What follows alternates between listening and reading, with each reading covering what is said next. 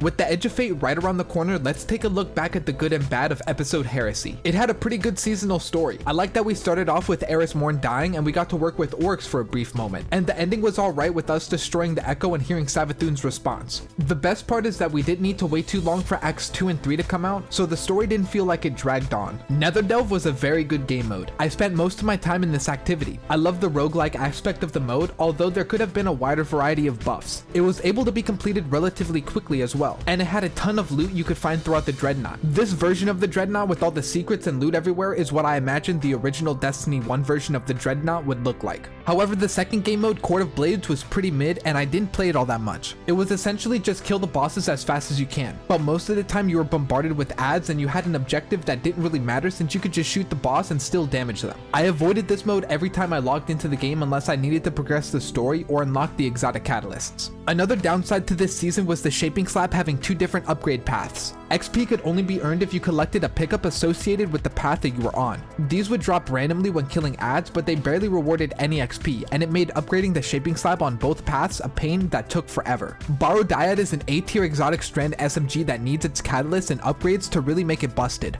The process for unlocking the catalyst wasn't too mind-numbing, but I feel like there's only one catalyst that was actually worth grinding for. Luckily, it was one of the easier catalysts to get. Borrowed Dyad is fun to use and will pair well with most of your builds. The Rite of the Nine event was cool, but it didn't have the same impact that the Into the Light event had back before the final shape came out, so it kind of fell flat. Heavy Metal, on the other hand, the limited time mode where Briggs went up against tanks, was a lot of fun to play with while it was around. It didn't overstay its welcome, and it had a really interesting Sparrow that you could unlock as a reward for completing a couple of challenges. And finally, the loot that was added was pretty mid. There were good weapons, but there's not a lot of them that will stand the test of time. And on top of that, when weapon tiers enter the game, most players will forget about their old loot and start chasing tier 5 god rolls. Episode Heresy was a solid season with some downside, but overall it was pretty good, and I'm gonna give it a 7.7 out of 10. It definitely was the best season by far this year.